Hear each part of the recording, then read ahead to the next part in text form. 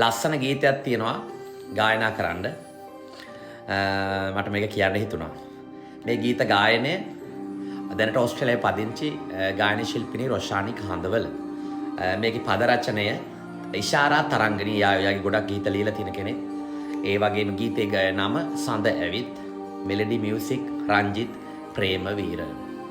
ගීතය අපි ගායනා කරමු දන්න විදියට. ඕකේ. thank you අකේ ලස්සන සින්දුව. සඳ ඇවිත් ළඟ ඉන්න රාත්‍රියම සරසලා නුඹ මගේ අහසේම ඉන්නවා තරු කිනීති පායන්න ඔය හිතම විඳ ගන්න නුඹ මගේ හදවතේ ඉන්නවා. ගීතේ කියවන හැටියට පෙම්වන්තියක් තම පෙම්වතා පිළිබඳ ඇතිවන ප්‍රේමණීය සිතුවිල්ල නේද? එයාගේ හදවතේම ජීවත් වෙන සෝභා සෞන්දර්යය උපමය කරගෙන.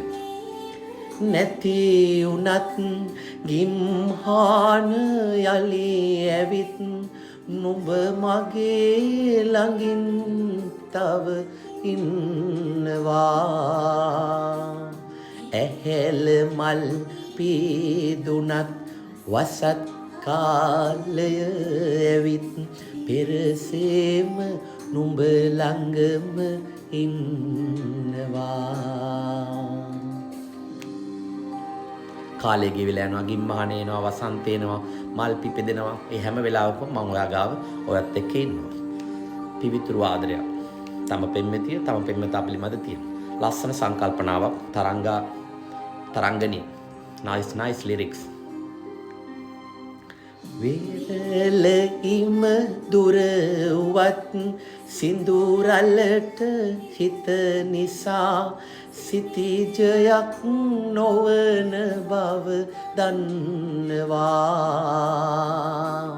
හිරුවවරේ බැස ගියත් යලිටත් ඒ කලින් අපි ගැනම ලොව දන්නේ නැති නිසා. එදිනක ප්‍රේමිය දන්නේ නැද්ද ලෝකේ?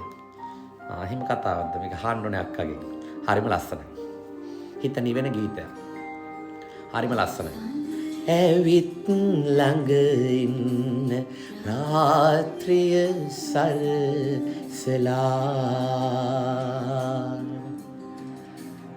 නුඹ මගේ අහසේම ඉන්නවා තරු කිනීති පායන්න ඔය හිතම විඳ ගන්න නුඹ මගේ හදවතේ ඉන්නවා. හරිම ලස්සන තනු නිර්මාණයක්, හරිම ලස්සන පද රචනයක්, ඒ වගේම ලස්සන ගායනයක්. හරිම ලස්සනයි. මම සුබ පතන රොෂානි කහඳුල අක්කට thank you very much කියලා කියනවා. මම හිතන මම සාධාරණයක් යම්කිසි මට්ටමකින් කරන්න නැති කියලා. මම බලන් කියවට පද මතක නෑ ළමයි.